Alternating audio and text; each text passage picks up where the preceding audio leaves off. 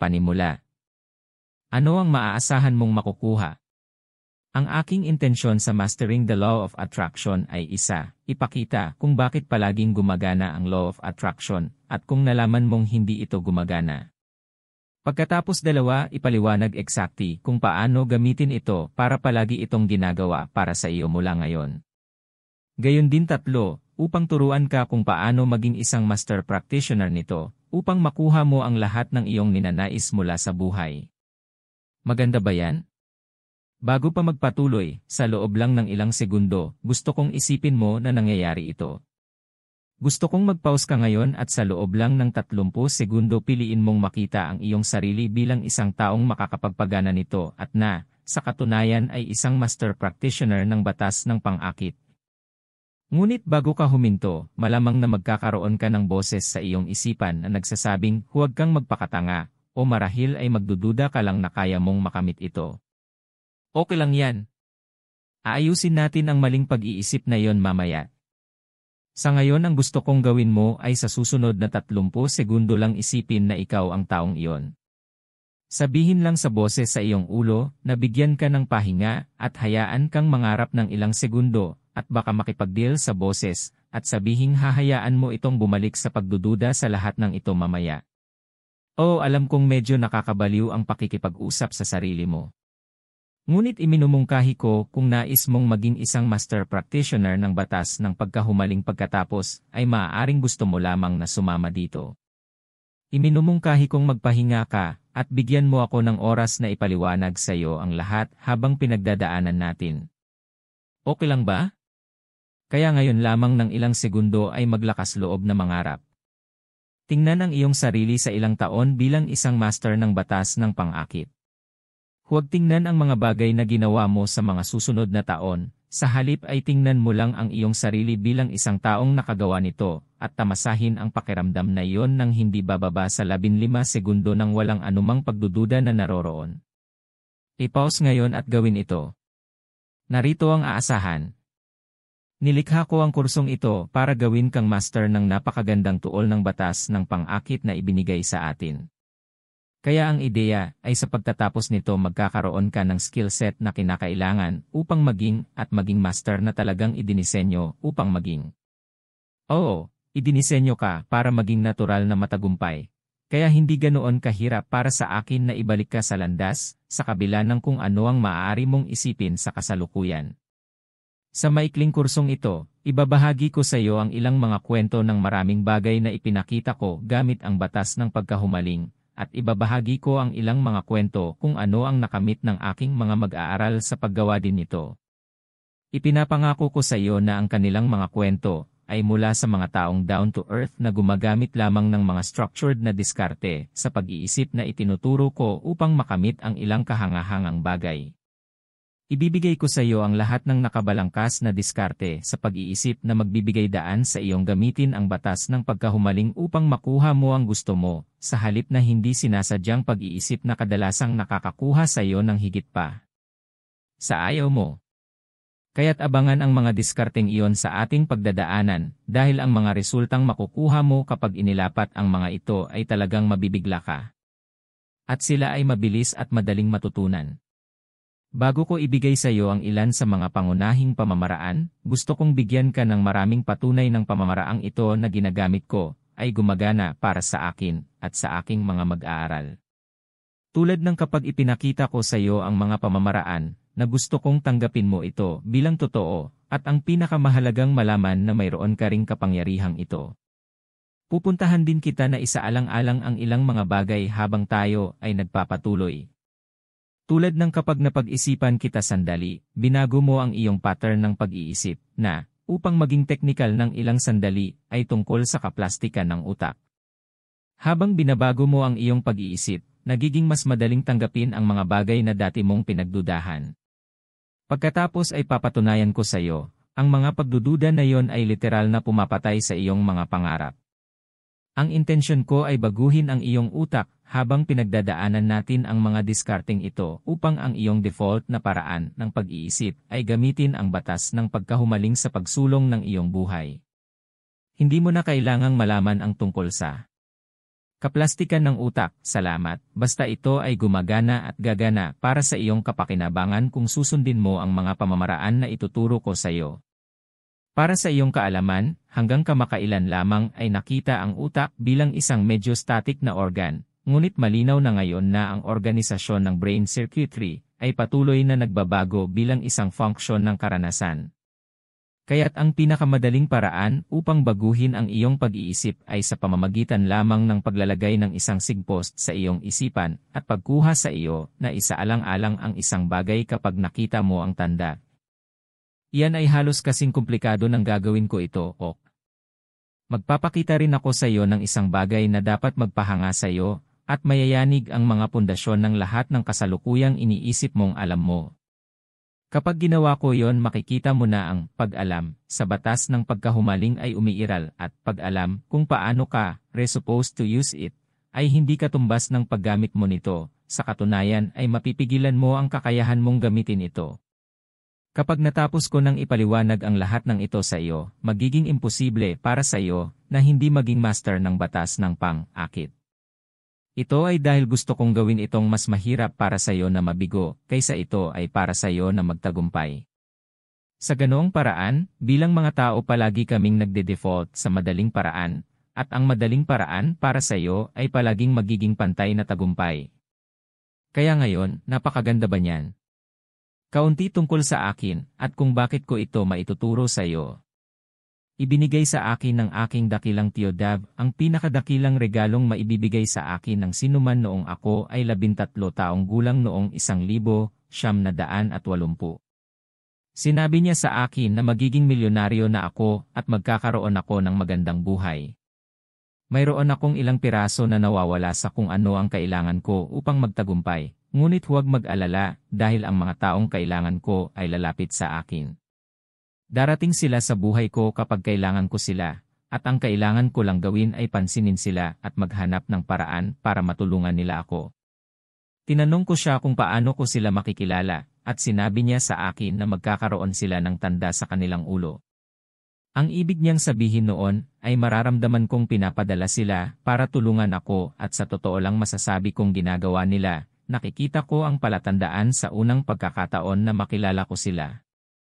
Hindi ko nga lang nakikilala kasi minsan, sa past ko masyado akong naging busy.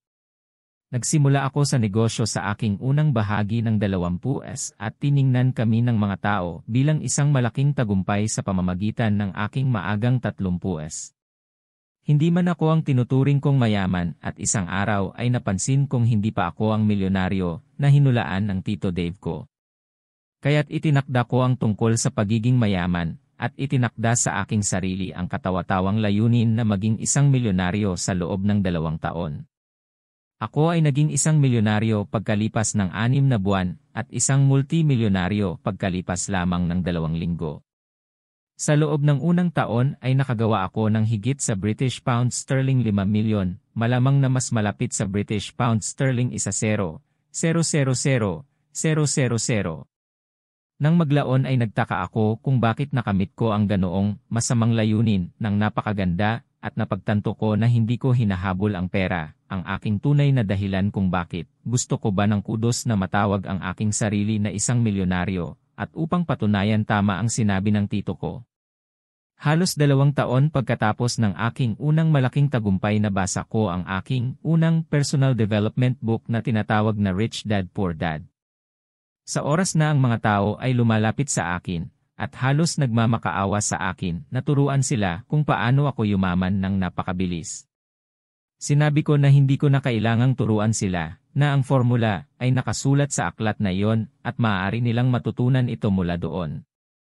Ang susunod na librong nabasa ko ay Think and Grow Rich, at ang formula ay nandoon din tulad ng nangyari sa lahat ng mga libro ng tagumpay. Pagkaraan ng ilang buwan, ang mga tao ay nagsimulang bumalik sa akin na dismayado at sinasabing ang mga aklat na iyon ay hindi gumagana para sa kanila. This shocked me as I had to get rich on my own. Hindi ko alam na kaya mo palang magbasa ng libro at gawin ito. Ang paraang iyon ay mas madali. Kaya ako ay naguguluhan, alam kong gumagana ang mga aklat na iyon at may formula, ngunit bakit hindi nila ito magawa? Na-curious talaga ako nito. Pagkatapos noong 2004 ay dumalo ako sa aking unang seminar. Hindi ko alam na maaari kang magpatuloy sa pag-aaral pagkatapos ng paaralan. Oo, hindi ako masyadong matalino. Kaya kung hindi bababa sa ikaw ay mas matalino kaysa doon ay tumatawa ka. Ako ay nasa seminar na ito na may eksaktong 100 tao sa loob nito noong una kong narinig ang katotohanan na 1% lamang ng mga tao ang nagtagumpay sa pagkuha ng gusto nila sa buhay. Ngayon ito ay talagang nabigla ako. Agad kong naisip, anong ginagawa ng iba sa inyo dito dahil ako ang 1% sa kwartong ito? Nagsimula akong magtaka kung bakit tatangkain ng mga tao ang tagumpay sa buhay kapag ang mga posibilidad ay napakarami laban sa kanila. Dahil hindi ako kailanman makikipaglaro sa mga posibilidad na yon, nakakabaliw yon. Ngunit lahat sila ay tila ginagawa ito. Ang lahat ng ito ay nagpagalit sa akin dahil alam kong magtagumpay ako at magtatagumpay. Lahat sila ay natututo ng mga bagay na katulad ko. Ngunit alam ko na hindi sila magtagumpay kung saan ko kaya. Kaya't ang tanong ay lumabas sa ako, na nagpabago sa takbo ng aking buhay at nauwi sa aking buong unang kapalaran noong 2009. Tinanong ko ang aking sarili, bakit ako magtagumpay, at bakit hindi sila? Ang ibig kong sabihin ay bakit hindi magtagumpay ang 99% ng mga tao? Hindi naman mukhang mahal na tanong, di ba? Well, ang tanong na yon ay nagkakahalaga sa akin ng higit sa $30 milyon. Sa kalaunan ay nakuha ko ang aking sagot at iyon ay humantong sa aking paglikha ng aking bug-free mind process noong 2010. Nalaman ko kung bakit hindi magtagumpay ang mga tao at ito ay naging isang bagay na talagang simple. Nalaman ko na ang mundo ay itinuro kung ano ang dapat isipin at hindi kung paano mag-isip. Kung paano mag-isip ay naiwan sa pagkakataon at sa makatuwid ay walang istruktura, samantalang kung ano ang iniisip na impormasyon ay nakasalansan sa isang ulo na walang sistema para sa pag-iisip. Napakaparalisado ng mga salansan ng impormasyon at walang sistema para i-regulate at gamitin ang impormasyon para makuha ang gusto nila. Nangangahulugan na ang mga tao ay nag-aalala, natatakot, nalulumbay, na-stress, nalulula, at hindi maaaring ilapat ang kanilang natutunan upang makuha kung ano gusto nila. At bukod sa maraming iba pang mga bagay ay kadalasang ginagamit lamang ang batas ng pang-akit upang lumikha ng masasamang bagay. Maaari silang matuto at makaramdam ng magandang pakiramdam mula sa pag-aaral kung ano ang itinuro sa kanila ng mga tao, ngunit hindi nila ito lubos na magawa. Kaya napagtanto kong may problema sa paraan ng pagtuturo ng tagumpay. Ang aking epiphany moment ay noong nalaman kong mayroon ako sa loob ng aking ulo, ang nawawalang piraso ng palaisipan. Kaya ginawa ko ang bug-free mind process.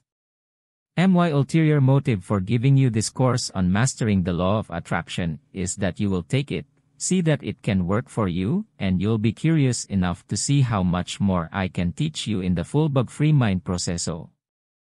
Nilalayon ko ring ibigay sa iyo marahil ang pinakamahalaga at naaangkop na impormasyon na iyong natagpuan sa ngayon. Okay lang ba yon? Ang aking pagkamausisa ay nagbigay sa akin ng sagot, ngunit nagkakahalaga ako ng 10 milyon upang makuha ito. Ang kuryosidad na iyon ay humantong sa pagpunta mo rito sa pagbabasa nito ngayon. Siguro pagkatapos mong makita ang ilang mga resulta, ay makikita mo na matutulungan kitang lumikha ng isang buhay na puno ng tagumpay sa lahat ng mga lugar ng buhay. Ang iba pang iritasyon na naging curious ako ay noong nalaman kong 1% lang ng mga tao ang nagtagumpay sa mga personal development book din na sugatan ako dahil naisip kong kailangan kong gumawa ng mas mahusay at magturo ng mga bagay sa paraang itinuro sa akin ng tatay ko. Isa siyang guro at isang araw ay nahihirapan akong matutunan ang isang bagay na ipinakita sa akin ng aking guro sa math. Tinuro niya ulit ang daan at hindi ko pa rin maintindihan. Kaya ipinakita niya sa akin ito sa ibang paraan at nakuha ko ito. Tinanong ko siya kung bakit hindi ipinakita sa akin ng guro ko sa math ang paraan niya. At sinabi niya sa akin na trabaho ng mga guro na ituro ito sa paraang mauunawaan at matutuhan ito ng estudyante. Hindi trabaho ng mga estudyante na alamin kung ano ang ibig sabihin ng guro.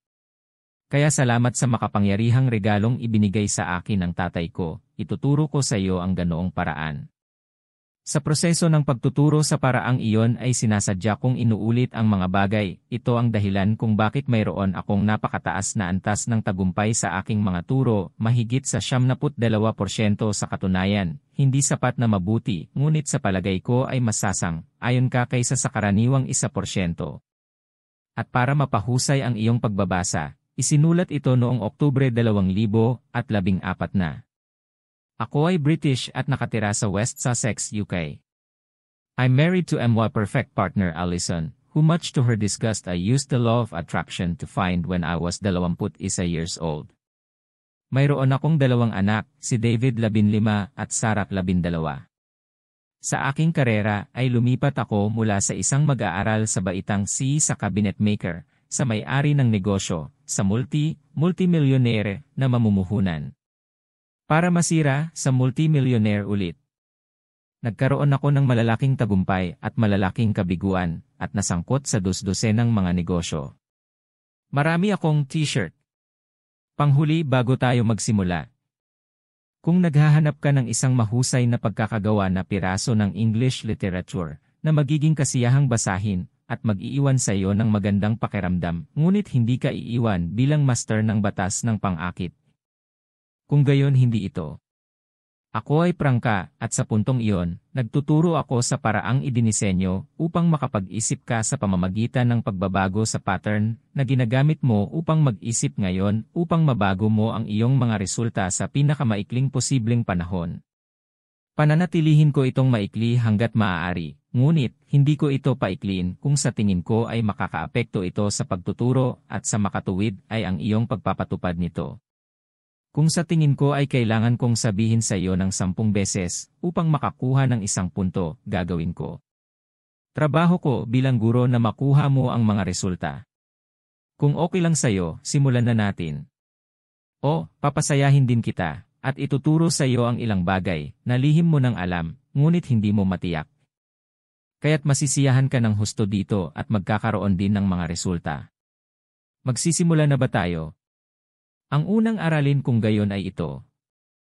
Habang dumadaan ka sa maikling prosesong ito, pipiliin mong laging maging masaya sa iyong sarili. Kapag naramdaman mo ang iyong sarili na naiinis sa iyong sarili dahil sa hindi pagkamit ng isang bagay, hindi paglalapat ng isang bagay, hindi alam ang isang bagay, pagkatapos ay haharapin mo ang iyong sarili sa sandaling ito at piliin na huminto at mag-isip ng ilang segundo lamang. Kung gusto mo, sabihin mo ito sa iyong sarili. Hindi ako natutuwa sa sarili ko ngayon at hindi iyon nakakatulong sa akin, ang nakaraan ay nakaraan na. Natutuwa ako sa sarili ko dahil napansin kong hindi ako natuwa sa sarili ko. Ito ay isang napakasimpleng istruktura ng pag-iisip, ginagawa mong kaginhawaan ang kakulangan sa ginhawa, at ang batas ng pagkahumaling ay ganap na umaasa sa iyong isip bilang isa sa kalmado at pagpipigil sa sarili. Kaya magsasanay ka sa pagpapatahimik at pagkontrol sa iyong isip. Pagkatapos ng lahat, walang pakinabang sa pagiging inis mo sa iyong sarili, kaya maaari mong piliin, kung gusto mo, na laging natutuwa sa iyong sarili sa halip. Isaalang-alang ito ngayon sa loob ng ilang segundo, tingnan ang iyong sarili na hindi natutuwa sa isang bagay na hindi mo pa nagawa, at pagkatapos ay piliin na baguhin ang iyong pag-iisip sa pagiging natutuwa sa iyong sarili sa halip. Kung paano mo pipiliin na mag-isip ay nasa ilalim ng iyong kontrol, sa kabila ng kung ano ang susubukan ng boses sa iyong isip na mag-isip sa iyo. Higit pa tungkol doon sa ibang pagkakataon. I-pause ngayon at piliing matuwa sa iyong sarili. Pagkatapos ay magpatuloy sa unang kabanata, ang batas ng pang-akit. Kabanata 1. Ang batas ng pag-akit. Upang mapanatiling maikli, napatunayan na ng quantum physics na maaari mong maapektuhan ang mga bagay sa pamamagitan lamang ng pag-iisip. Iyan ay nasa isang lab, hindi hocus-pocus, hindi ko lang sinasabi. Totoong bagay. Kung gusto mong pumunta sa YouTube at hanapin ang The Double Slit Experiment. Pagkatapos ay makakakita ka ng isang eksperimento na ginawa ng maraming beses at nagpapatunay na ang bagay ay apektado sa pamamagitan lamang ng pagtingin dito. Alin ang nais nating makamit sa batas ng pang-akit? Kaya kung maaari nating maapektuhan ang mga bagay sa pamamagitan lamang ng pag-iisip, gaano pa ba ang magagawa natin sa ating isipan? Bilang ipapakita ko sa iyo sa ibang pagkakataon, nalaman kong ito ay halos gumagawa ng imposible. Pero, nauuna na ako. Ang batas ng pang-akit ay tungkol sa pagpapakita, at iyon ay ang paggawa ng mga bagay sa iyong isip. Ito ay isang bagay na magagawa nating lahat. Ang ilan sa atin ay mahusay sa paggawa ng magagandang bagay at karamihan sa mga tao ay mahusay sa pagpapakita ng masamang bagay. Ngunit lahat tayo ay manifestors. Mayroon lamang tayong iba't ibang antas ng kasanayan kapag ginagamit ang batas ng pagkahumaling sa ating buhay. Si Alexander Graham Bell na pinakasikat sa kanyang pag-imbento ng telepono ay nagsabi tungkol sa batas ng pang-akit. Ano ang kapangyarihang ito, hindi ko masasabi. Ang alam ko lang ay umiiral ito. Talagang dinala ng pelikulang The Secret ang Law of Attraction sa mainstream, at napanood ng mahigit 200 milyong tao. Dagdag pa, hulaan ko ngayon, malamang na mayroon pang ilang daang milyong tao na nag-aral nito ng kaunti o marami sa mga libro at kurso. Kaya isang patas na porsyento ng populasyon ng mundo ang nakakaalam nito at naiintindihan ito. Ngunit ito ay hindi lamang isang modernong pilosopiya. 5,200 taon na ang nakalilipas, sinabi ni Krishna, kapag ang isang tao ay nakatuon sa isang bagay na may ganap na pananampalataya, pinagkakaisa ko ang kanyang pananampalataya doon.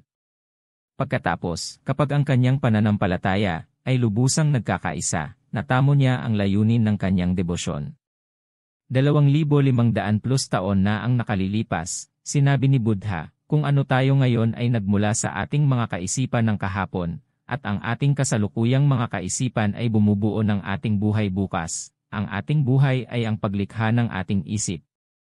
2,000 taon na ang nakalilipas, sinabi ni Jesucristo, anuman ang hingin mo sa panalangin, maniwala ka na natanggap mo na, at ito ay magiging iyo. 1,400 taon na ang nakalilipas ang propeta Muhammad, ay nagsabi, ang mga kilos ay hinuhusgahan ng mga intensyon, kaya ang bawat tao ay magkakaroon ng kung ano ang kanyang nilayon. Maaari akong bumalik sa bawat espiritual na guro at lahat sila ay sasabihin sa iyo ang tungkol sa batas ng pagkahumaling sa kanilang sariling mga salita. Kaya hindi ito bago at hindi ito relihiyoso, hindi ito bagay na naisip ng isang grupo ng mga guro na magbenta ng ilang libro. Ito lang. At balang araw ito ay matatanggap at maituturing na the norm. Gayunpaman, mayroon kang pagpipiliang magpasya kung tama yon o hindi ngayon. Hindi ko karapatan na pilitin ka na pumili sa isang paraan o sa iba pa. Ipapakita ko lang sa iyo ang mga benepisyo at gastos ng iyong mga pagpipilian. Kaya sa tingin mo ba nakakatulong sa iyo sa pagmaster ng Law of Attraction na piliin yon? Ito ay isang bagay na totoo at makokontrol mo ito kung matututo ka kung paano. O sa tingin mo ba ay nakakatulong ito sa iyo sa pagmaster ng batas ng pang-akit na piliin? Hindi naniniwala na ito ay totoo at sa makatuwid ay hindi makakatulong sa iyo. Pagdating sa isip, ang sikreto ay sumama sa kung ano ang pakinabang mo. Kaya alin ang makikinabang sa iyo? Gayunpaman, hindi mo kailangang maniwala dahil nangangailangan iyon ng pagsisikap at hindi ako fan ng pagsisikap sa direksyong iyon. Kaya ang kailangan mo lang gawin ay piliin na ito ay kapaki-pakinabang sa iyo at na ito ay totoo, iyon lang. Isaalang-alang ito, maaari mong piliing gawin yon sa ngayon, maaari mong palaging baguhin ang iyong isip sa ibang pagkakataon. Okay na ba yon sa iyo ngayon? Makukuha mo ang lahat ng benepisyo ng walang anumang pangako, dahil ang mahalaga ay ang benepisyo. Sumasang-ayon ka ba? Maaaring naisin mong i-pause upang isaalang-alang iyon ng ilang sandali, at pagkatapos ay gawin ang konklusyong ito para sa iyong sarili, dahil ito ay mas makapangyarihan sa ganoong paraan. Pero gaya ng lahat, choice mo yun, masasabi ko lang sa iyo kung ano ang makakatulong. Kailangan mong magpasya na ilapat ito upang matanggap ang tulong. Ito ay isang pagpipilian, at ang pagpili ay palaging magiging problema at solusyon. Laging sinasabi sa akin ng mga tao, naniniwala ka ba talaga sa Law of Attraction na si Andy? Hindi ako naniniwala na alam ko ito, pinili kong malaman na mayroon ito.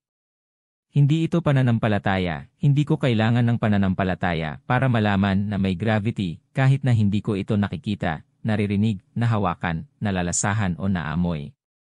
Kung ano ang sa tingin mo ay tama, ay tama. Ipapaliwanag ko yon ng mas malalim sa ibang pagkakataon, ngunit ang isang mabilis na halimbawa ay... Tinanong ako kamakailan ng aking nanay kung sa tingin ko ay makakatulong ang isang partikular na suplemento sa kanyang kalusugan, at sinabi ko, kung sa tingin mo ay makakatulong ito. Hindi mo sinasadyang kailangan na maniwala dito, at hindi mo rin sinasadyang alamin ito. Gayunpaman, sinasadya mong kailangan na huwag hayaan ang hindi naniniwala o hindi alam na humadlang sa iyong paraan ng paglikha ng iyong mga hangarin. Bagaman ang pag-alam na ito ay talagang ginagawang madali ang mga bagay. Pero choice mo yon. Ang batas ng pang-akit ay isang kasangkapan lamang, at tulad ng bawat kasangkapang ginamit ko bilang isang craftsman, ay may kasama itong manual. Ang manual ay kasunod na walang silbi sa paggawa sa iyo ng isang dalubhasa sa paggamit ng tuol, at kumilos lamang bilang isang gabay upang hindi mo idikit ang pait sa iyong mata. Ang tunay na manual na ginagawa natin sa ating sarili habang ginagamit natin ang tuol. Sa paglipas ng panahon naging mas mahusay akong master ng mga tuol na ginamit ko, at nang gumugol ako ng oras sa paggamit ng isang partikular na tuol, saka ako naging advanced master niyan. Ganon din dito. Ikaw ay magiging isang master sa batas ng pagkahumaling dahil gagawa ka ng manual para sa iyong sarili, habang ikaw ay naging isang mas mahusay na craftsman. Tulad ng sinabi ko, lahat tayo ay gumagamit ng batas ng pang-akit sa lahat ng oras. Kung nais mong malaman kung gaano kahusay ang isang craftsman, kasama mo ito ngayon, tingnan mo lang ang iyong buhay. Pero wait, hindi ka dapat magmadaling husgahan ang sarili mo dito. Sabi ko tingnan mo, hindi ko sinabing maghusga, dahil magkakaroon ng mga salansan ng mga halimbawa sa iyong buhay ngayon kung paano mo ginamit ang tuol na ito sa pinakamahuhusay na paraan upang likhain ang gusto mo. Pinag-uusapan ko ang tungkol sa magagandang bagay, hindi ang crowd. Ang ilan sa mga ito ay magiging mga nakamamanghang halimbawa na hinahanap ng iba na makamit. Hindi naman tungkol sa pera. Kaya't upang magamit ng maayos ang tuol, ginagamit mo ito ng eksakto sa parehong paraan na pinagkadalubhasaan mo ang paggamit nito noon sa ibang mga lugar. Kailangan mo lang tingnan at makita kung paano mo ito ginamit para makamit ang iyong naabot. Pagkatapos ay maaari mo lamang ilapat ang parehong mga diskarte sa iba pang mga lugar ng iyong buhay na sa tingin mo ay kulang. Kaya lahat tayo ay may ganitong kahangahangang tuol sa ating pagtatapon. Gayunpaman, para lang gawing komplikado at sa kalaunan, ay gawing simple ang mga bagay para sa iyo. Ang isang mas mahusay na paraan upang ilarawan ang batas ng pagkahumaling ay bilang batas ng paglikha. Tiyak na napupunta tayo sa pagkakahanay ng vibrational sa kung ano ang gusto natin, at tulad ng umaakit tulad ng... Ngunit ang mangyayari ay talagang ginagawa natin ang resulta na gusto natin sa ating isipan sa pamamagitan ng pagtatakda ng vibration. Lahat tayo ay lumikha ng ating sariling buhay. Kahit na sa ngayon ay maaaring hindi mo gustong marinig iyon kung ang iyong paglikha ay hindi naaayon sa plano. Ngunit ituloy mo lang ito at manatiling natutuwa sa iyong sarili, dahil sa susunod ay ipapakita ko sa iyo kung paanong ikaw ang lumikha ay nangangahulugan na maaari mong baguhin ang iyong mga resulta ng tunay. Kaya't mangyaring huwag pa akong kunan.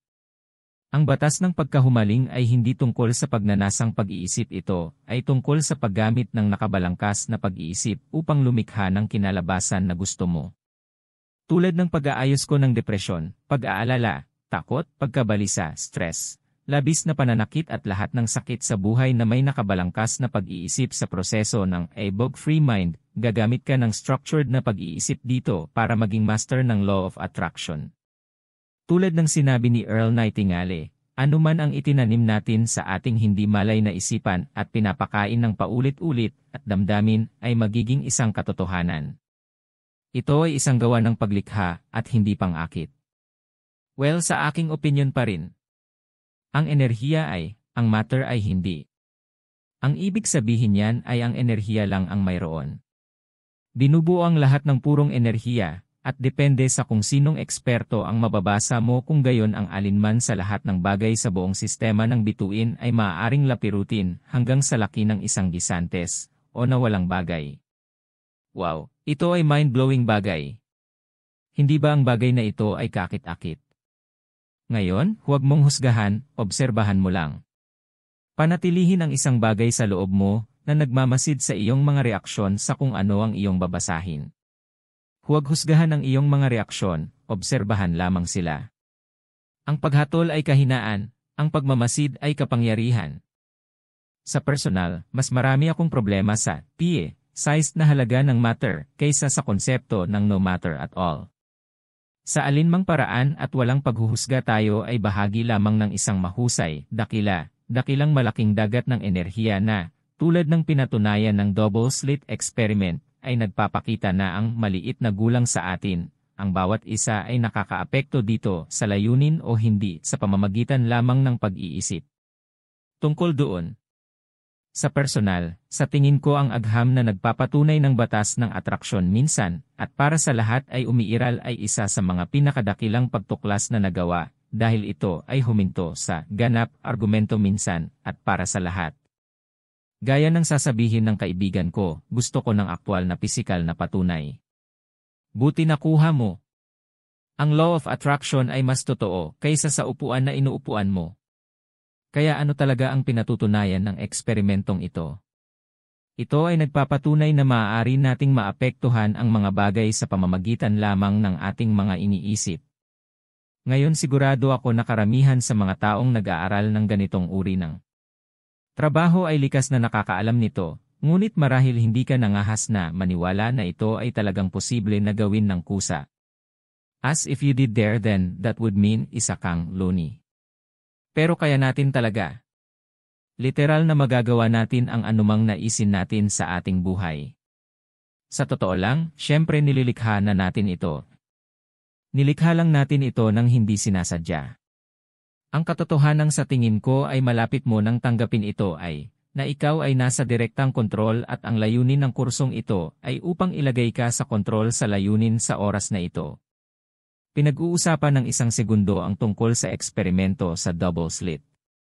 Karaniwang ipinakita ng mga pisiko na ang isang butil ng materya ay aktwal na napunta saan man posibleng pumunta, lahat ng sabay-sabay. Sa madaling salita, lahat ng posibilidad ay nangyari ng sabay-sabay. Ngayon ito ay malinaw na paraan, malayo sa komportableng mapa kung saan naiintindihan namin kung ano ang nangyayari. Kaya't upang maibalik ito sa mas naiintindihan na praktikal na mga bagay. Ang gusto mo, ang buhay na gusto mo, ay umiiral na, kailangan mo lang itong hangarin at pagtuunan ng pansin sa tamang paraan upang maipasok ito sa iyong realidad. Upang gawin ito ng sadya dapat kang kumilos na parang mayroon ka na sa iyong ninanais, dahil syempre mayroon ka na nito.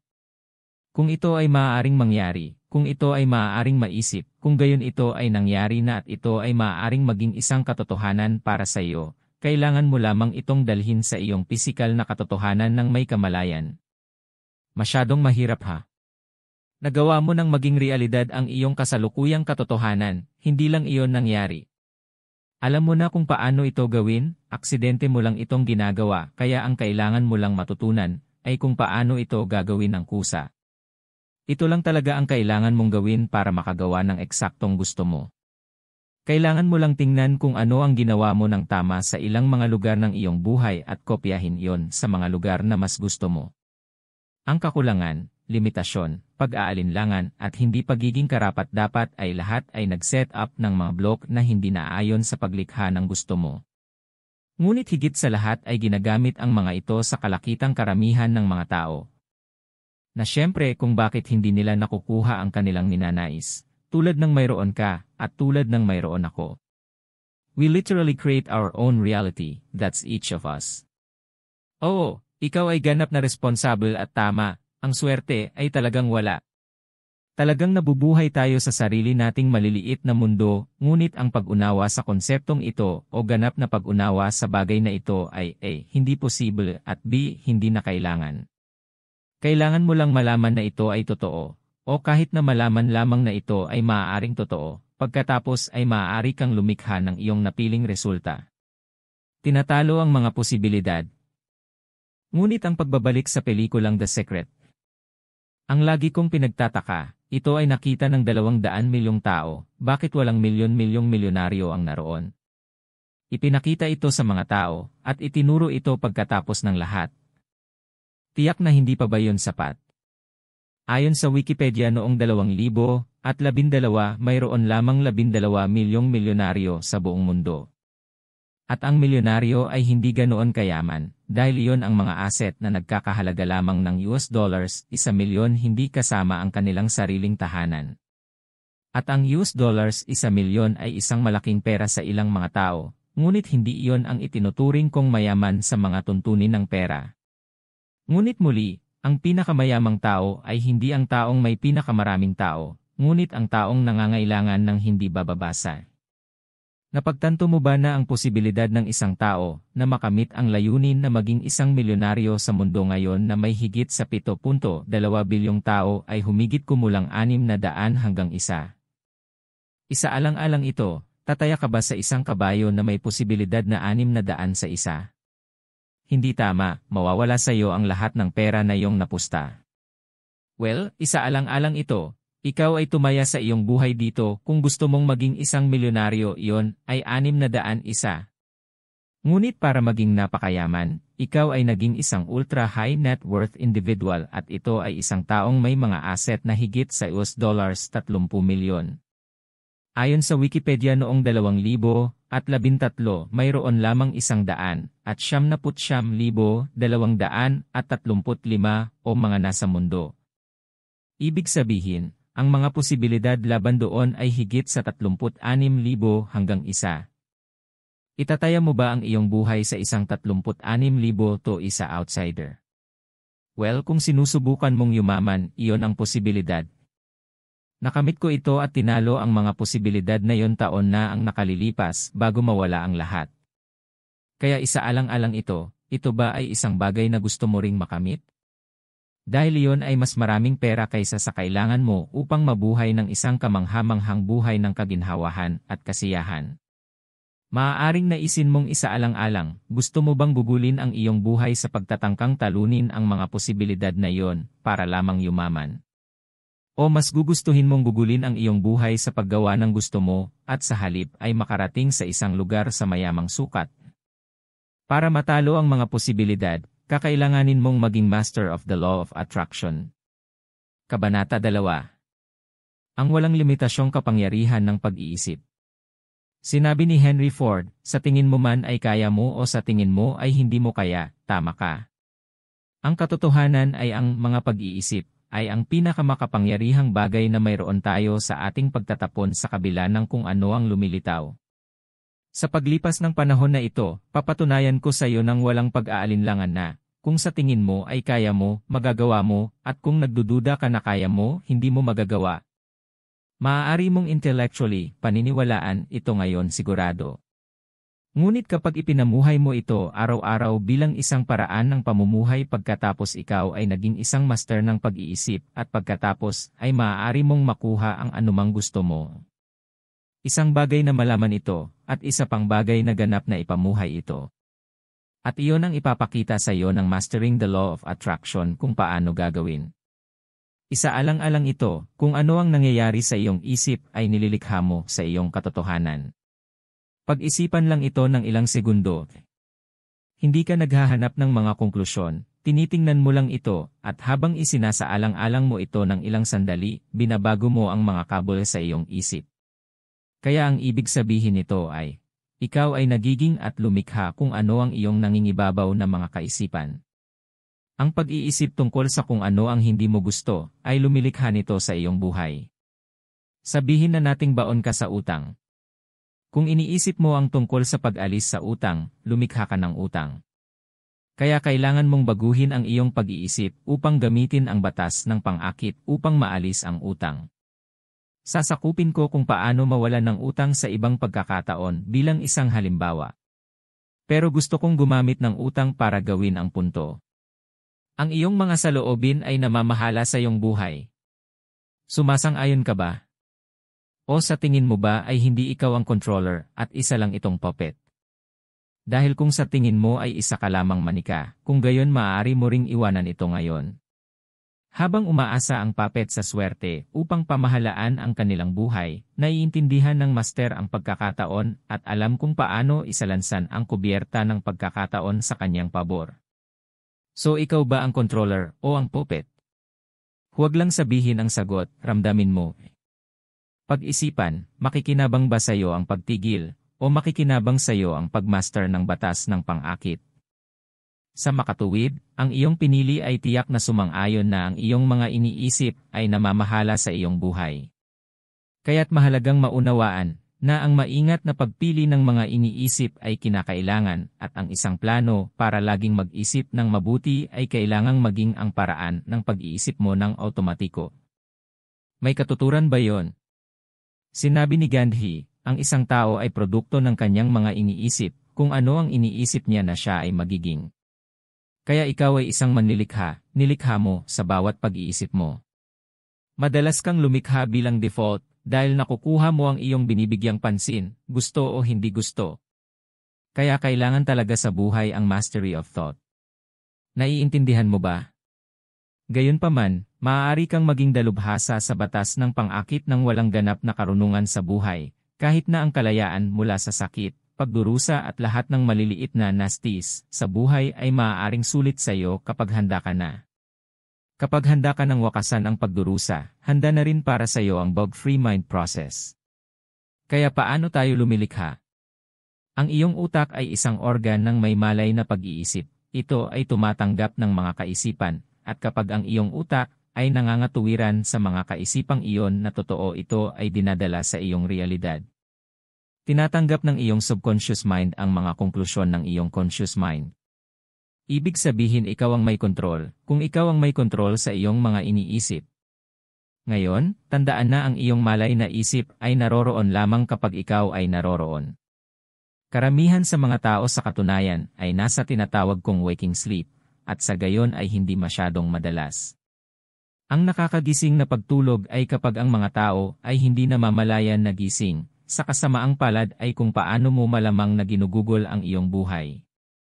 Upang malaman kung ikaw ay natutulog, isaalang-alang lamang kung ang oras ay tila mas mabilis na lumilipas bawat taon. Kung ito ay pagkatapos ikaw ay nagiging mas at mas walang malay bilang ang oras ay pare-pareho.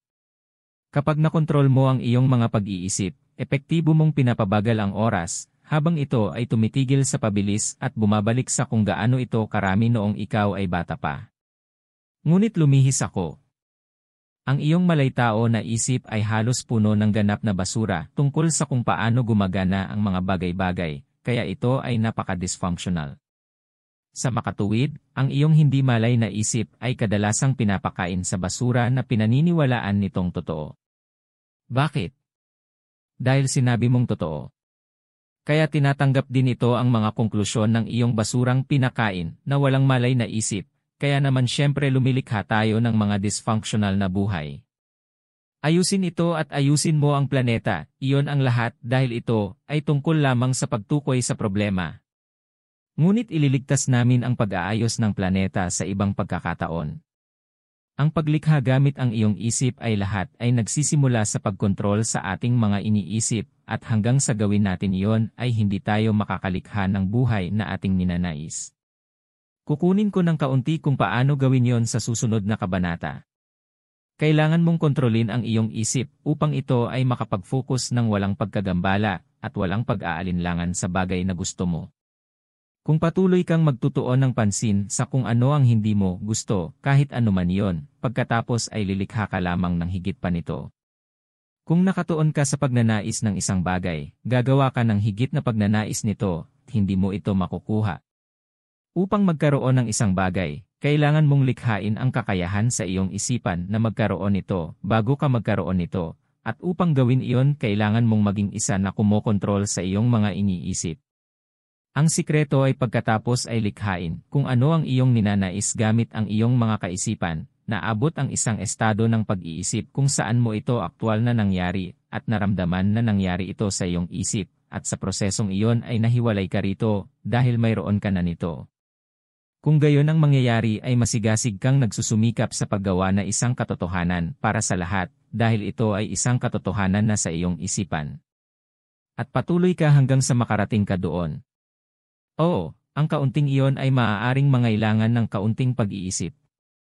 Pinasok ko ito ng maaga para makaalis ka kung sa tingin mo ay sinasayang ko ang oras mo.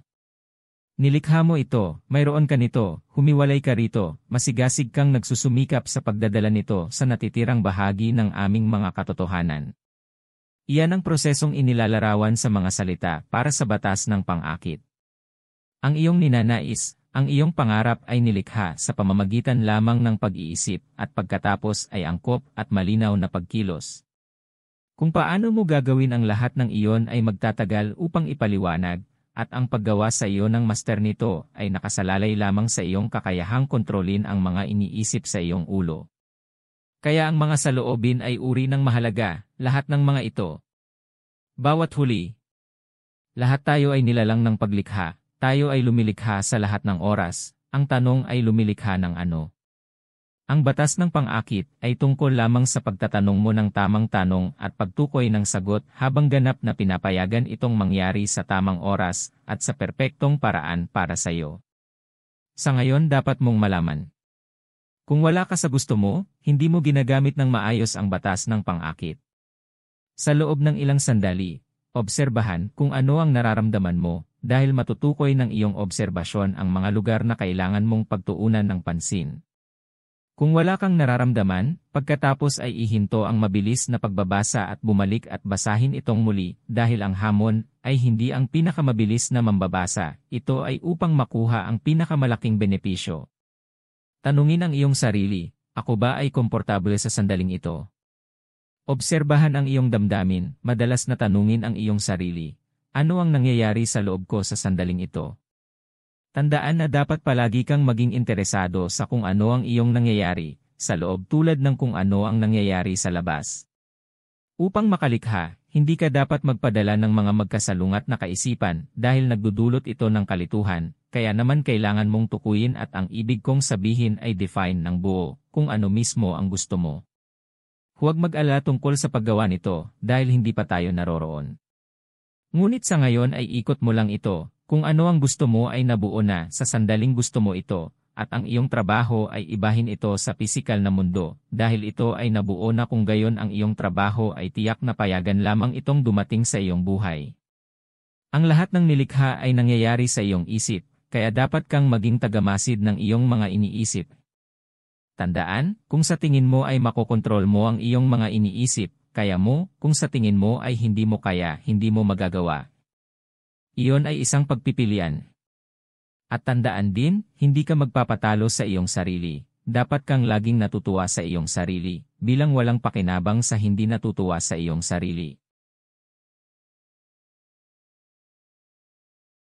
Kabanata 3. Ang self-made illusion na pinipigilan kami. Ilang buwan bago ako nagkaroon ng epiphany na ang lahat ay natural na matagumpay, at sa katunayan lahat tayo ay idinisenyo upang magtagumpay. Nakita ko kung ano ang problema na pumipigil sa karamihan ng mga tao. Nakilala ko ang problema ng una dahil pinipigilan din ako noon. Sinasaklaw ko ito ng detalyado sa mga unang kabanata ng paglikha ng isang bug-free mind, at maaari mong makuha ang mga kabanata ng libre mula sa site na www.abugfreemind.com, kaya pananatilihin ko itong maikli at matamis dito bilang masidhi kong iminumungkahi na kunin mo ang mga libreng kabanata.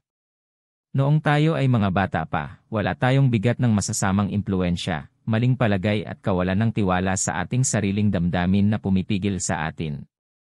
Wala din kaming boses sa utak namin na parang kami at sinipa kami na parang bully. Ang isang byproduct ng ating malayang pag-iisip ay ang entidad na pinapayagan nating lumago sa loob ng ating isipan na tinatawag na ating ego. Ito ay nagsasalita ng mga bagay na sinasabi sa amin tulad ng, hindi ka kwalipikadong makakuha ng trabaho, hahanapin ka nila. O, ayaw sa'yo ng mga kaibigan mo, iniisip nila na nagsisinungaling ka. O, hindi ka mahal ng asawa mo. O, ang pangit mo. Kung may sinasabi itong masama sa'yo, hindi ikaw ang ego mo. Karaniwang habang tayo ay tumatanda, Hinuhulaan ng entity na ito ang bawat galaw natin at hinihimok tayo sa pagkagambala. Katulad namin ang boses, kaya sa tingin namin ay kami yon.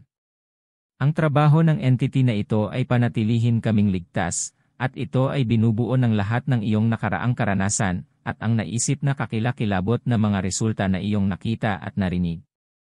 Ang iyong kaakuhan at pagkatapos ay pinaghalo-halong iyon kasama ng mga karanasan sa buhay mula sa iyong mga magulang at mga kapantay at ibinabalik sila sa iyo sa pagsisikap na pigilan ka sa pag-unlad. Nakikita ng iyong kaakuhan ang pag-unlad bilang nakakatakot at sa gayon ay naghahangad na panatilihin kang ligtas sa pamamagitan ng pagpapanatiling nakulong sa nakaraan kung saan nakaligtas ka. Kaya't alam nito na kung wala kang gagawing bago ay mapapanatili kang ligtas. Sa kasamaang palad, tayo ay mga nilalang na hindi nasisiyahan sa kung ano ang mayroon tayo at nais ng higit pa, kaya hindi maiiwasan ang panloob na salungatan. Kaya nagsisimula kaming labanan ang aming kaakuhan at subukang sumulong. Habang ginagawa natin ang ating kaakuhan, ay ibinabato sa atin ng mga mas pangit na bagay para pigilan tayo sa paggalaw. Sasabihin ito sa atin ang mga masasamang bagay na mangyayari sa atin kung tayo ay magsasamantala. Na kung magnenegosyo tayo ay mauwi tayo bilang walang tirahan. Kung susubukan at mahalin natin ang isang tao, mabibigo tayo. Nakarapat dapat tayong madepres, bilang tayo, napakasamang tao. Sa totoo lang, kung ang entity na ito ay isang tunay na tao, hindi ka mapupunta sa loob ng 1 milya mula sa kanila. Ngunit dahil hindi natin napapansin ang nilalang sa loob ng ating sariling isipan, dahil iniisip natin na tayo ito. Hindi natin makokontrol ng sapat ang ating mga iniisip upang lumikha ng pag-unlad. Kasing liit ng isang pag-iisip na naglalayo sa atin sa kung ano ang gusto natin ay sapat na upang patayin ang ating pangarap. Nakikita mo ba ang kahalagahan ng pagkontrol sa pag-iisip ngayon? Ang ating kaakuhan ay pinahintulutang mabuhay dahil hindi tayo ang kumokontrol ng ating mga pag-iisip.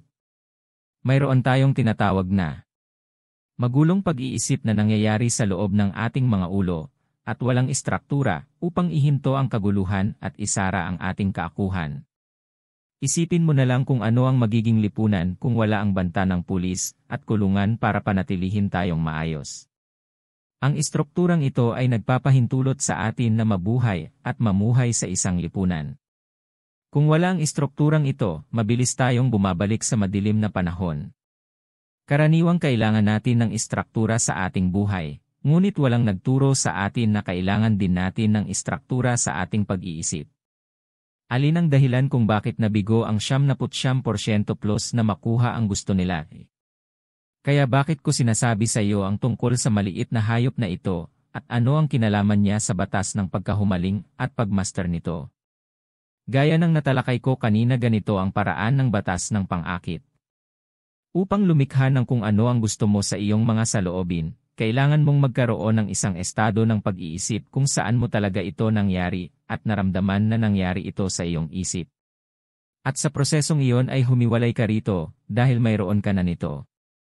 Kung gayon ang mangyayari ay masigasig kang nagsusumikap sa paggawa na isang katotohanan para sa lahat dahil ito ay isang katotohanan na sa iyong isipan. At magpatuloy ka hanggang sa makarating ka doon. Ito ay kung paano tayo lumilikha. Ito ang nangyayari sa isipan ng mga taong nagtagumpay sa batas ng pang-akit. Ang lahat ng matagumpay na tao ay mayroong prosesong iyon sa kanilang isip at buhay. Ngunit ito ay hindi lamang nalalapat sa mga kamangha-manghang matagumpay na tao. Lahat tayo ay matagumpay sa iba't ibang bahagi ng ating buhay. Ang simple at simpleng mga ordinaryong tao ay kasing husay nito gaya ng mga napakatagumpay. Sa iba't ibang lugar lang. At sa lugar na naging matagumpay tayo, saka natin inilapat ng tama ang law of attraction. Sa mga lugar na nais nating magtagumpay pagkatapos ay ginagawa natin ang isa o higit pang mga piraso nito ng mali. Ang isang napakamatagumpay na tao ay maaaring magtagumpay sa negosyo, ngunit hindi magtagumpay sa isang relasyon sa kanilang asawa o kanilang mga anak. Samantalang ang isang ordinaryong tao ay maaaring nagpupumilit na magtagumpay sa pinakapangunahing negosyo o nagpupumilit na mapanatili ang isang trabaho, ngunit maging kahanga-hanga sa kanilang mga relasyon. Lahat tayo ay magkakaiba, gayunpaman, ang istruktura para sa tagumpay sa anumang lugar ay pareho. At sa makatuwid ay maaaring gayahin ng taong dalubhasa sa batas ng pang-akit. So proseso lang ang law of attraction, batas yan at may rules.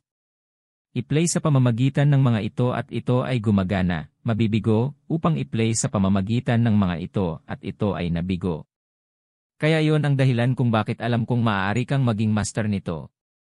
Ngayon kung sinubukan mong gamitin ang batas ng pang-akit noon at nalaman mong hindi ito gumagana, nagkakamali ka ng isa sa mga mas mali.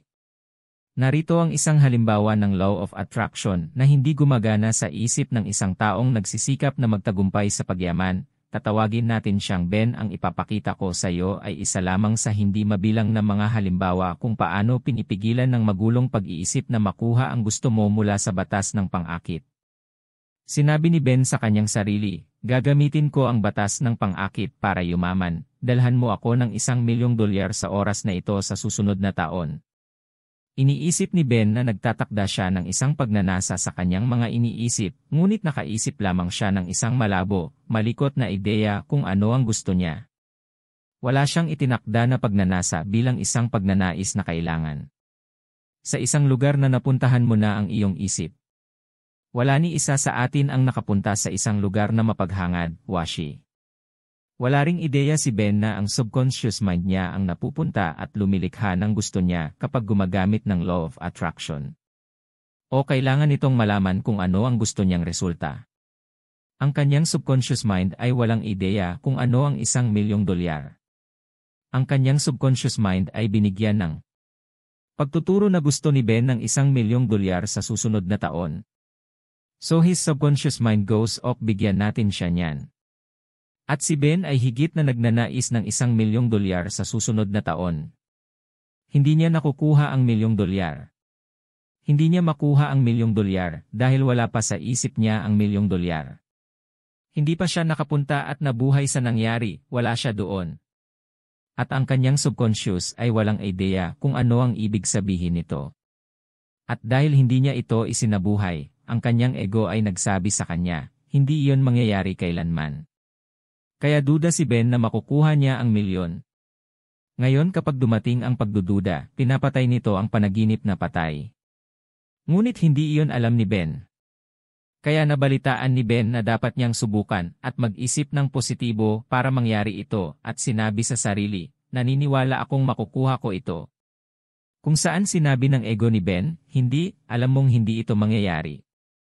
Niloloko mo lang ang sarili mo tulad ng nangyari sa nakaraan. Kaya't mas nagsisikap si Ben na mag-isip ng positibo, at ang ego ay patuloy na nananatili sa buot.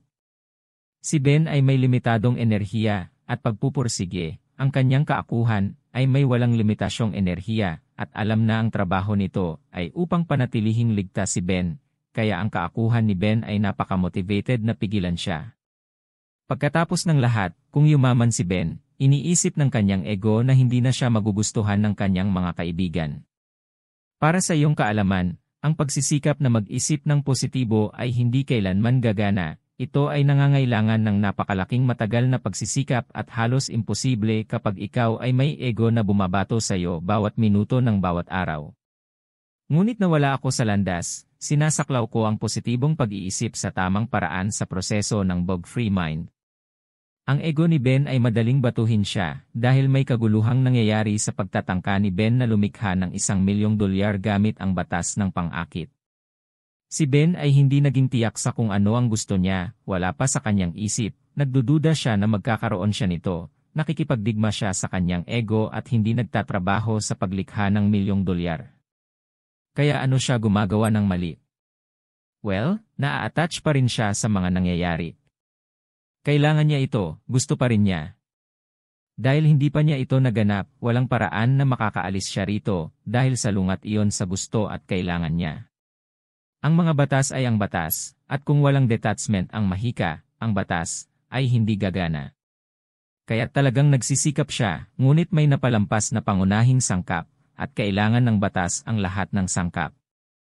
Ang kanyang pagnanasa ay hindi nangyari sa kanyang katotohanan, kaya hindi siya maaaring humiwalay dito, pagkatapos ay magtrabaho na lamang sa pagdadala. ito sa katotohanan ng iba. Ito ay hindi gumagana at si Ben ay walang ideya kung bakit ito ay hindi dahil siya ay nagsisikap na gawin itong gumana. Sinusubukan niyang magpakita habang naka-attach at tulad ng anumang batas ay mayroon itong mga panuntunan. Kung naglalaro ka ayon sa mga patakaran, ito ay gumagana at kung hindi mo gagawin ito ay hindi. Kaya ngayon ang kumpletong kakulangan ni Ben ng detachment ay nangangahulugan na hindi niya magawa ng tama ang huling bahagi ng proseso. Ang mga pagsisikap ni Ben ay nauubos sa pagsisikap na maisakatuparan ito at hindi gawin ito. Hindi siya maaaring magtrabaho ng masigasig sa pagsasakatuparan nito dahil nagsusumikap siyang gawin ito. Masyado siyang nagsisikap at gaya ng sinabi ni Yoda, do or not do there is no TRY. Narito mayroong ilang tunay na katotohanan sa linya na sinabi ni Homer Simpson, ang pagsubok sa katotohanan ay ang unang hakbang patungo sa kabiguan. Ngunit gaya ng dati ay may mga problema sa mga salita gaya ng itinuro sa atin na dapat tayong magsikap na magtagumpay. Ngunit paano kung mali iyon at sa katunayan iyon ay isang paraan na ginagarantiyahan ang kabiguan? Ito kaya ang dahilan kung bakit napakaraming tao ang nabigo at kakaunti ang nagtagumpay. Ngunit ang mga nagtatagumpay ay nagsisikap sila ng husto, di ba? Hindi, sila ay hiwalay at masigasig lamang na nagtatrabaho. Maaari mong tawaging sinusubukan, ngunit hindi nila sinusubukan, ginagawa nila. Tanging ang mga hindi matagumpay ang patuloy na sumusubok. Maaaring naisin mong isaalang-alang iyon ng ilang sandali. Naghahatid ito ng isa pang punto na maaari mo ring isaalang-alang. Ang mga salita ay maaaring tama at mali. Ang parehong salita ay maaaring magkaroon ng maraming kahulugan at maaaring maging mabuti at masama. Ang mga salitang ginagamit natin araw-araw at sa tingin natin ay kahanga-hanga ay maaari talagang maging mapaminsalang mga salita na hindi natin dapat pahintulutan sa ating bokabularyo.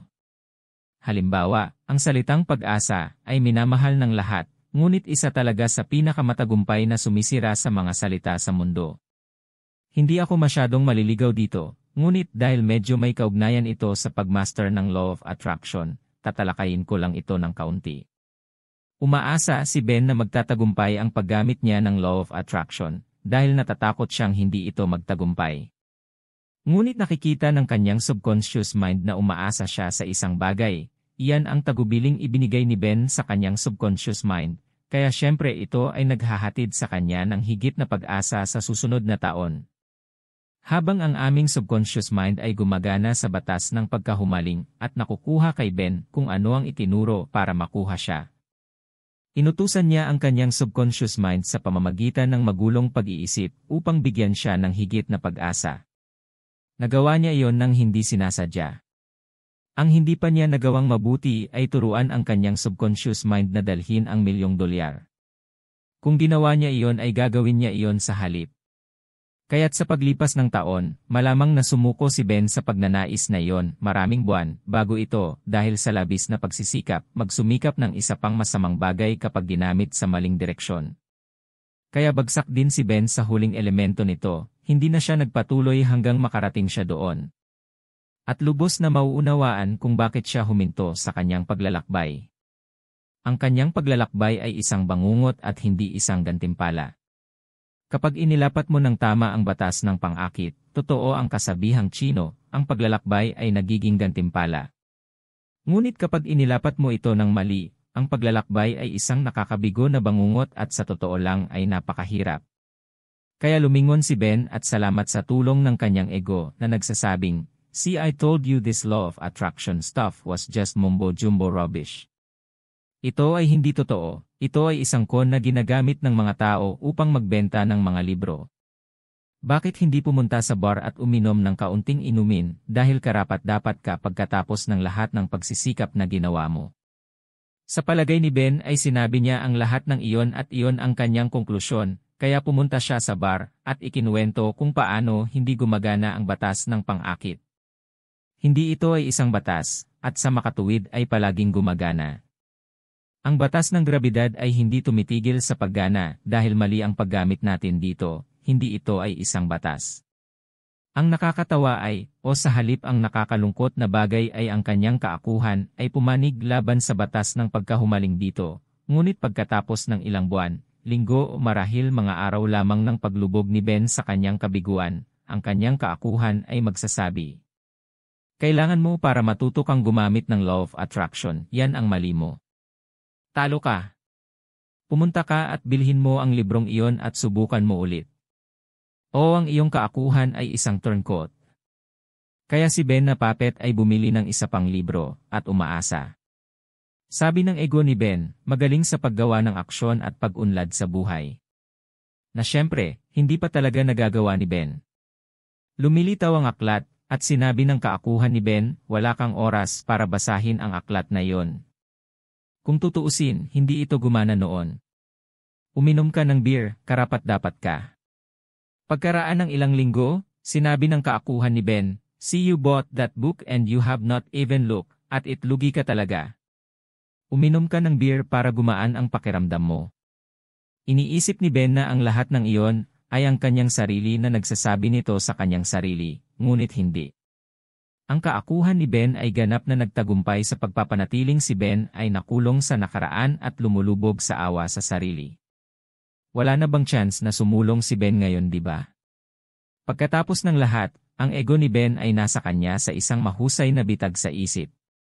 Binuksan nito ang latigo at pinatalon siya sa pamamagitan ng pagsasabit ng karot ng pagnanais ng $1,000,000 sa harap niya mismo. Pagkatapos ay pinababalik siya nito sa bar kapag nagsimula siyang gumawa ng anumang pag-unlad. Ngayon nakikita mo ba kung bakit kailangan kong ipaliwanag ang maliit na saboteur na nasa isip natin? Dahil kung makikita natin siya, kaya natin silang pigilan. Ngunit hindi natin maaayos ang hindi natin nakikita. Paano gumagana ang aking hangal na layunin? Kaya paano ko nakuha ang pangarap kong maging milyonaryo sa loob ng 2 taon para magtrabaho? Habang ang paggamit ko ng batas ng pang-akit upang lumikha ng pera ay nakikita sa ibabaw, halos kasing katakot ng kay Ben. Nang itakda ko ang pagnanais, nakita ko ako sa ilang taon bilang isang milyonaryo. Nakita kong namumuhay ako sa pamumuhay ng isang mayaman. Hindi ko nakita ang mga laruan. Naramdaman ko ang pakiramdam, kaya nabuhay at naranasan kung ano ang pakiramdam para sa akin na maging milyonaryo. Napakasarap ng pakiramdam. Tama ang pakiramdam. Parang natupad ko ang propesya na sinabi sa akin ng Great Uncle Dave na mangyayari. Hindi naman ako nag-alinlangan, dahil 100% alam kong tama siya, dahil nakatadhana akong maging milyonaryo at gagana ito, kaya pumunta ako doon at nandoon. Itinakda ko sa sarili ko ang layunin ng 2 taon dahil naisip ko na sapat na ang panahon para makamit ito. Ito ay baliw din, ngunit tatalakayin ko ng kaunti sa oras at kung gaano ito kawalang katuturan. Kaya nabuhay ako sa isip ko bilang milyonaryo, nangyari ito sa aking realidad. Naramdaman ko ang pagpupuri ng pagkamit nito. Nadama ko ang pagmamalaki ng pagiging isang milyonaryo, kung ano ang nais kong maging hanggat naalala ko. Kaya nasa isip ko ang nangyari. Pagkatapos ay naging hiwalay ako sa pangangailangan nito. I was still attached to having it happen, pero nangyari na sa isip ko. Kaya nakuha ko ito. Ngayon ko lang dinadala ito sa realidad ng lahat, sa tingin ko ay tama na gawin ito, at sa esensya, mali na hindi ito mangyari. It was already a reality for me after all. Nagsimula akong magtrabaho ng masigasig sa aking napiling ruta sa paglikha ng mga kayamanan. Hindi ko na kailangang mag-isip ng positibo tungkol sa pagkamit ng aking pangarap dahil sa pakiramdam na tama na gawin ito. Kaya pinaghirapan ko na lang. Gustong-gusto ko ang paglalakbay, ang matagumpay na mga hakbang, ang mga pitfalls. At kahit na hindi ko alam ito sa oras na yon, ipinagpatuloy ko ito hanggang mangyari ito. Tulad ng nangyari na naging mahigit 6 na buwan lamang, at nagdagdag ng isa pang 1,200,000 linggo pagkatapos noon.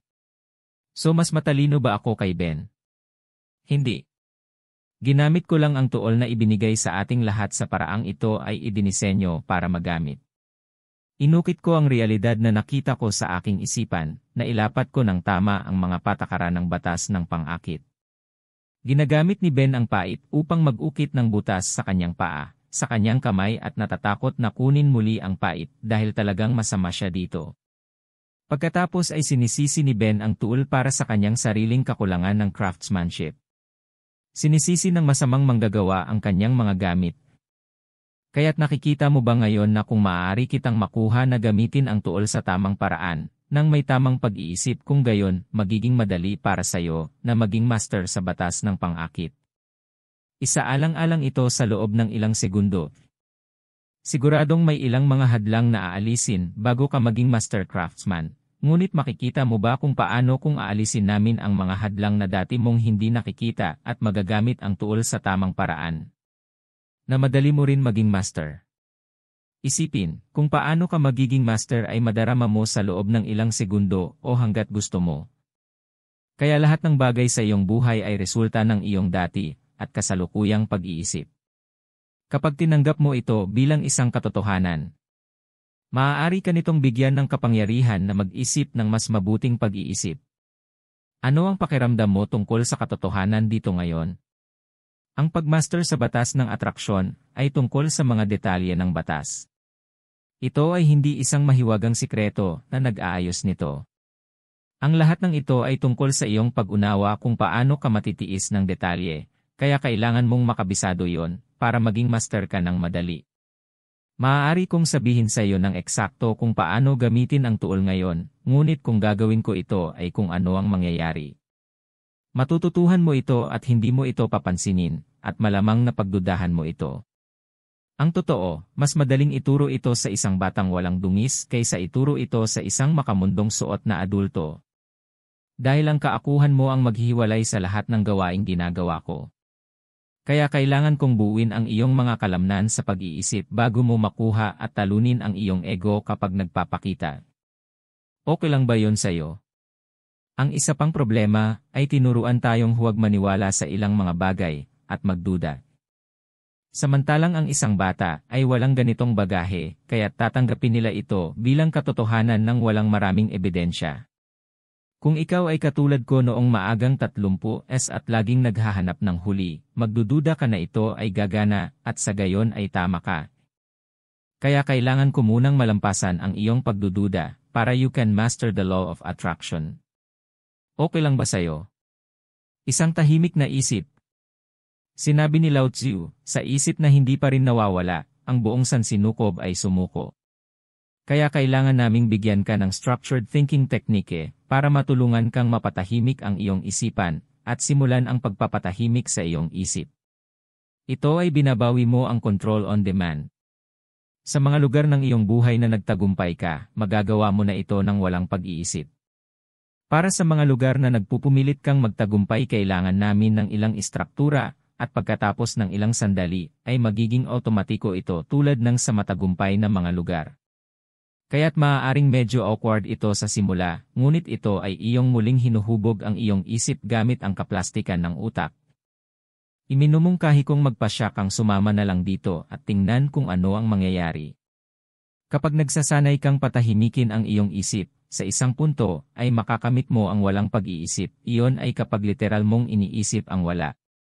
No thoughts of any kind. The Zen people call this satori, but that is far too clever for me, so I'll stick with no mind. Hindi ito nangangahulugan na ikaw ay natutulog o nasa kawalan ng ulirat, hindi ikaw ay ganap na naroroon, ganap na alerto at ganap na kamalayan. Malamang na naranasan mo na ang mga sulyap nito sa buong buhay mo at lumipas na sila nang hindi gaanong napapansin.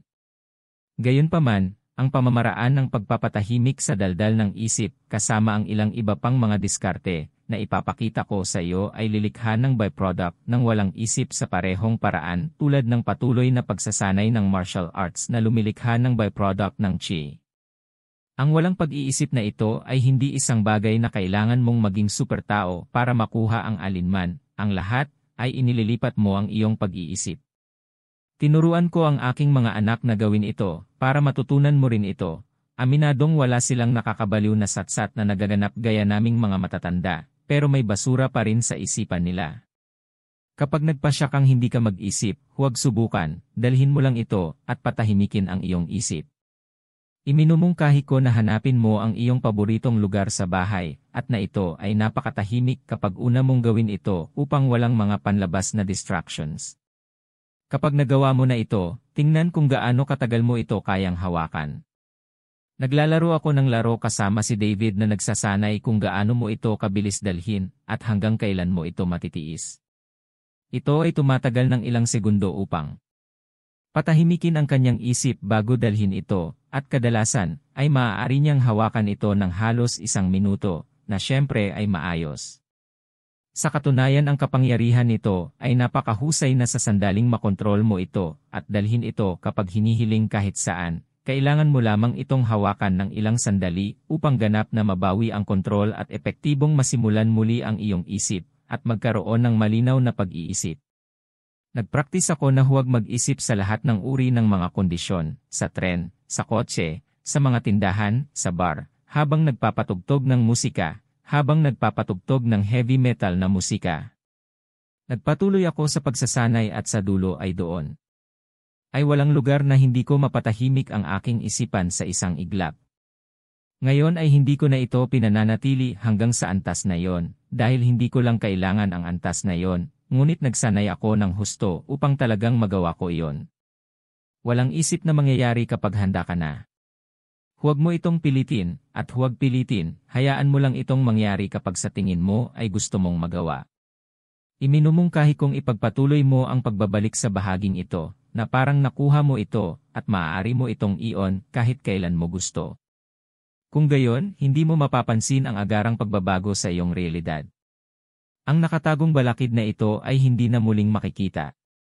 Gumugol ng maraming oras sa pagbuo ng iyong pundasyon, hindi mo mailalagay ang bubong sa isang bahay hanggat hindi mo nagagawa ang mga dingding, at ang iyong mga dingding ay kailangang magkaroon ng matibay na pundasyon. Side note, nabanggit ko na ang pag-uulit, ngunit ang pag-uulit ay isang master skill.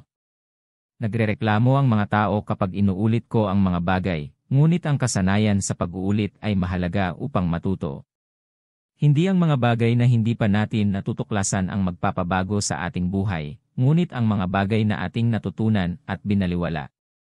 Sa pamamagitan ng paulit-ulit na magagandang bagay ay magkakaroon ka ng mahusay na kapangyarihan. Huwag matakot na muling basahin ang isang magandang libro sa halip na magbasa ng bagong libro. Hindi ka nawawala, sa katunayan na palampas mo na, kaya oras na para bumalik at muling magbasa. Kung nahihirapan ka sa pagiging simple ng pagpapasya lamang na magkaroon ng isang tahimik na isip at hawakan ito sa loob ng isang panahon. Pagkatapos ay mayroong ilang mga diskarte upang makatulong na makamit ito, na ibinabahagi ko ng libre sa unang ilang mga kabanata ng paglikha ng isang bug-free mind. Maaari mong ma-access ang mga ito sa www.abugfreemind.com. Isang bagay ang hindi ko sasabihin bago ko iwanan ito para sa gawaing ito. Isinasaalang-alang ko ang pagpapatahimik sa isip bilang pundasyon ng kasanayan sa paggamit ng anumang naisin mo sa buhay. Sa aking bug-free mind process, nakukuha ko ang mga tao na bumalik sa paulit-ulit na pagmaster ng walang isip hanggang sa mamaster nila ito. Hindi ako isang taong nagmumuni-muni sa nakasanayang paraan.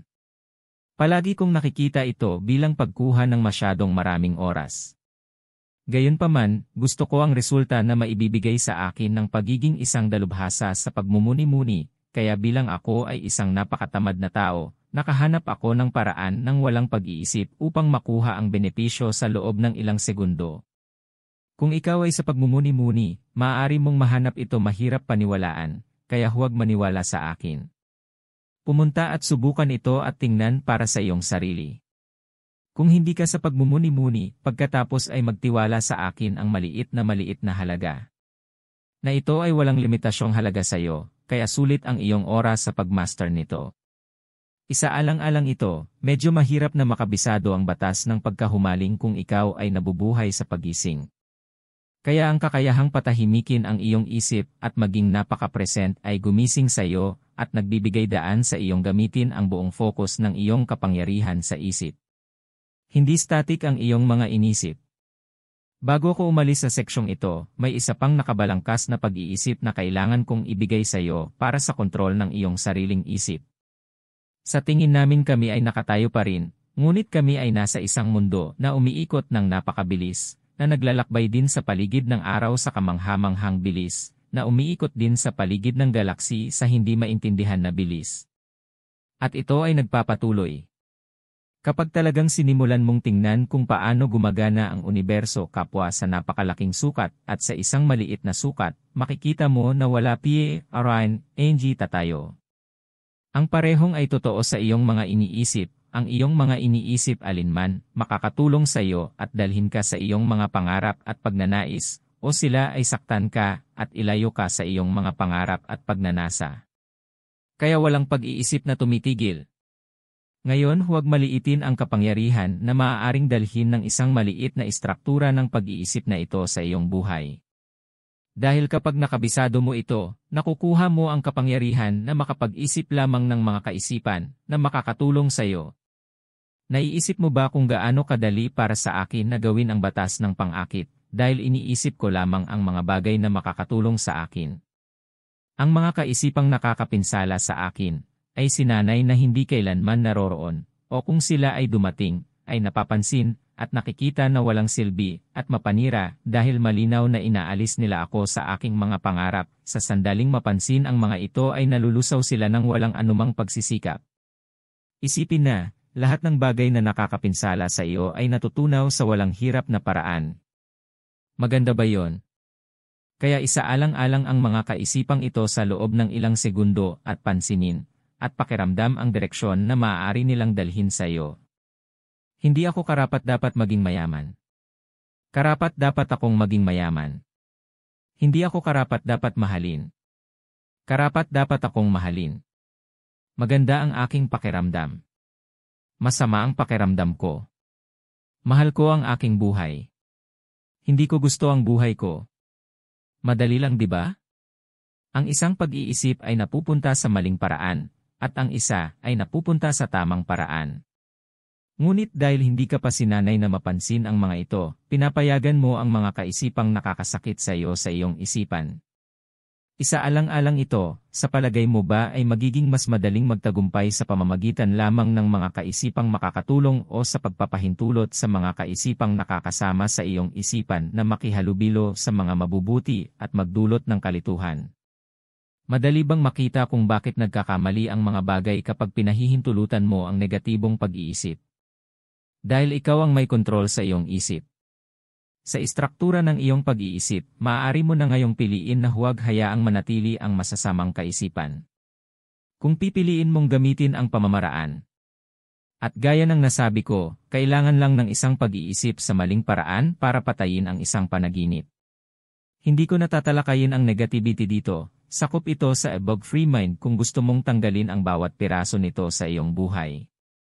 Ngunit ang kailangan mo lang upang makabisado ang batas ng pagkahumaling ay upang maunawaan, at pagkatapos ay magsanay na hindi pinapayagan ang anumang negatibong pag-iisip tungkol sa kung ano ang nais mong ipakita. Sinabi ni Aristotle, ang layunin ng matalino ay hindi upang makakuha ng kasiyahan, ngunit upang maiwasan ang sakit. Sa pamamagitan ng pag-iwas mo sa sakit ng negatibong pag-iisip, otomatiko kang walang anumang pagsisikap na nakakasiguro ng kasiyahan sa pagkuha ng gusto mo. Ang gawaing dapat mong gawin ay hindi mag-isip ng positibo tungkol sa pagkuha ng gusto mo, ngunit masigasig na magtrabaho sa pag-aalis ng lahat ng pagdududa na makukuha mo ang gusto mo. Ang isa pang bagay na dapat maunawaan ay ang iyong mga iniisip ay sanhi ng iyong mga damdamin. Nang walang nakabalangkas na pag-iisip ang iyong mga damdamin ay nilikha ng hindi sinasadya o magulong pag-iisip. Ngunit kapag nag-apply ka ng simpleng istruktura tulad ng ipinakita ko sa iyo sa itaas, kung gusto mo ng kaligayahan, mayroon kang kaligayahan. Kung gusto mo ng pag-ibig, mayroon kang pag-ibig.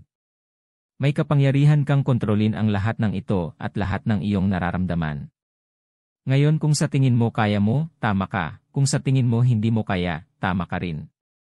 Dahil ikaw ang arkitekto, kusa kang nagkokontrol, o pinapayagan ang iyong ego na kontrolin ng hindi sinasadya. Ang kabanatang ito ay nagbibigay sa iyo ng kapangyarihan sa pagpili. Dati ikaw ay may ilusyon ng pagpili. Kaya ngayon ay maaari mong simulan ang pakiramdam kahit anong gusto mo kahit na ito ay hindi pa doon bilang ikaw ang taong nagpapasya kung ano ang mga saloobin pumunta sa iyong ulo.